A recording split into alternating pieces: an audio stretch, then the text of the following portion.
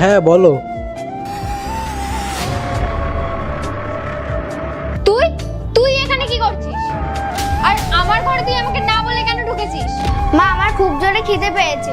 এইবার আমার লাস্ট সাহেবের বেটিকে খাবার মুখে তুলে দিতে হবে। কাল রাতে ফ্রিজে খাবার রাখা আছে, গিয়ে খেয়ে নে।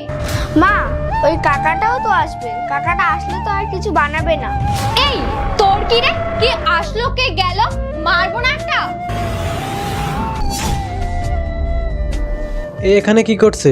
আরে আমি কতবার বলেছি আমার ঘরে জিজ্ঞাসা না করে আসবি না, তাও মা মা করতে করতে চলে আসবে। তুমি বাবার সাথে ভুল করছো, আমি আমার বাবাকে সব বলে দেব। কি বললি তুই? তুই তোর বাবাকে বলবি? তুই যদি তোর বাবাকে বলিস না, তোকে আমি মেরে ঘর থেকে বার করে দেব। যা, চলে যা এখান থেকে। বেশি এসছে বাবাকে বলতে। ও এই বয়সে একটু বেশি বকে না? ঠিক বলেছো তুমি, কোন দিন একটু পিটুনি দিতে হবে, তারপরে সব ঠিক হয়ে যাবে। এই সব ছাড়ো, তুমি বলো তোমার এত দেরি হলো কেন?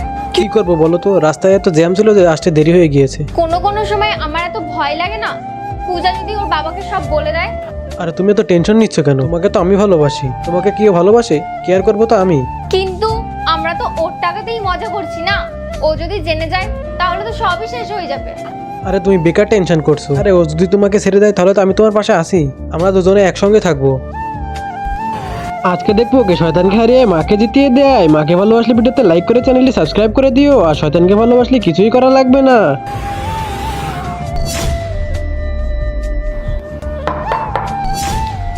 ঘুম হলে এবার ওঠো। বুবাই, তুমি তো অফিসে গেছিলে, এখানে কি করে আসলে? হ্যাঁ, আমার তো প্রতিদিনের মতো অফিসে থাকারই কথা, কিন্তু আমি অফিসে থাকলে এসব তোমাদের কিভাবে ধরতাম? আচ্ছা এসব বাদ দাও।